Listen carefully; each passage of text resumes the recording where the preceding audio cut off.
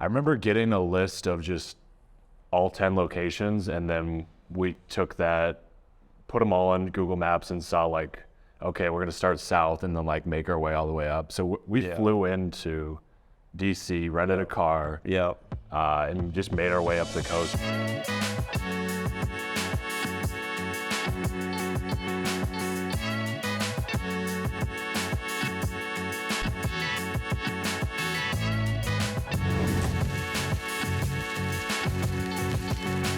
All right, guys, here we are today with the East Coast 2021 Cushman Wakefield Property Tour. Was I supposed to say something? Okay.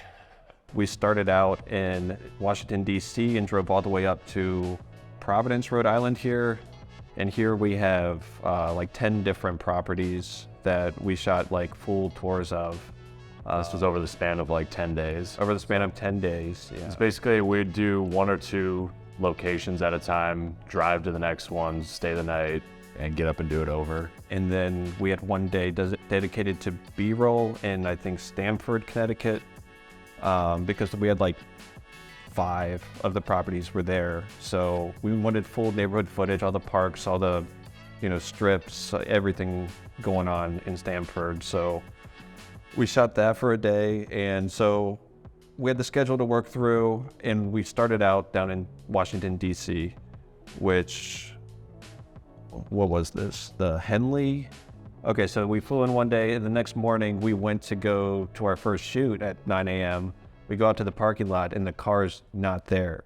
So we're like, what the f***? Like, what do we do? So we saw some sign that I probably should have read before parking there that was supposed to be parking for residents. So, that was our Airbnb. We didn't know, so we just parked wherever. And so we didn't have a car to start things off. Day 1, shoot 1. The worst thing was that the Airbnb actually had us, like they gave us a parking pass that we didn't see, so we didn't put it in the car. So it got towed. So a fun fact. You gotta read the instructions at every Airbnb so that that doesn't happen to you. We Ubered to the shoot. And I think after that shoot, we ended up just Ubering to the tow yard, and then we picked up the car and drove to the next shoot after that. Yeah, the lucky part of that is like, these are all just property tours, so I don't think we had any like tripods or anything we needed from the car, so all the gear was with us. Yeah, it was just in one backpack. We had, you had your drone, we had a gimbal and DSLR, so it was all just tightly packed that we left in our room. So crisis averted, but not the best way to kick things off. Would not 10-day recommend. tour. Would not recommend.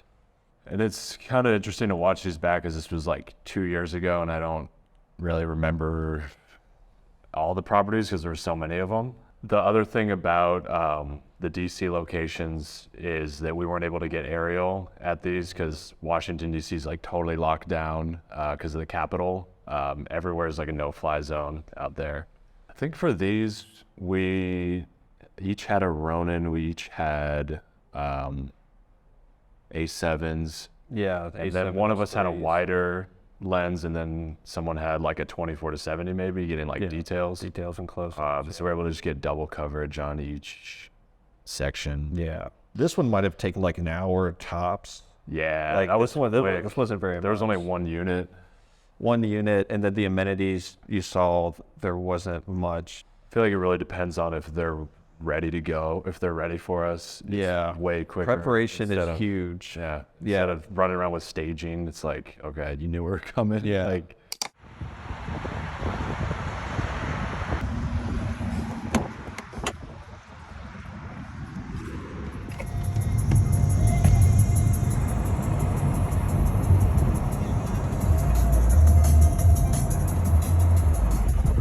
yeah, we stayed in New York, and because our shoot, this 1180 apartments, this was in Newark, New Jersey, so right across the river, or whatever that is, a series cluster of bays and whatnot. Stayed in Brooklyn. We stayed in Brooklyn, caught up with some friends out there. This was an older building, as you can see. Unreal, whole bowling alley in the basement. Did we still? Oh, we did use that shot. That one, I was like chasing a bowling ball down the, that took us like 20 tries. So we show as many high-end finishes as we can when we shoot properties. We like to show the relativity of each area within these larger amenity spaces. Try to show like the size of the spaces. So if we have to back up in a corner, shoot with a wide lens. And when we edited these videos, we kind of stack the edit to where the beginning of the video, what captures people's attention is like the highlights of the properties, like the stuff that's going to sell the property, and then sprinkle in the additional stuff.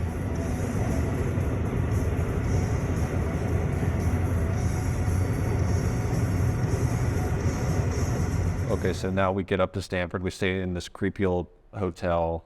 It's probably haunted. Would and would not recommend. Depends on the person. And this is the one we got to Stanford and posted up there for like 3 or 4 days, 3 or 4 nights, because we had 5 or 6 in this area. 5 or 6 in this area, plus like all the neighborhood B-roll for Stanford. So we had to run around to parks, the strip, you know, where everything's happening, the patios, whatever else you want to see. You know, we shoot at whatever highlights the area, the neighborhood. I haven't really been on the East Coast much besides New York, so it's cool to see like Rhode Island, Connecticut. Yeah, we stopped at that lighthouse. You found some lighthouse we went to shoot. For these, at most, we're shooting 4 hours a day, so we had a lot of downtime to kind of explore and shoot extra stuff for just ourselves and like INDIRAP behind the scenes content. Yeah, we made use of our time. I've never been out to the East Coast like that before either, so I think I was only ever in a city. Didn't really drive up through the countryside and all that and explore the beaches. It was cool. Thanks for coming along on our journey. Hopefully you enjoyed this. It's a wrap. It's a wrap.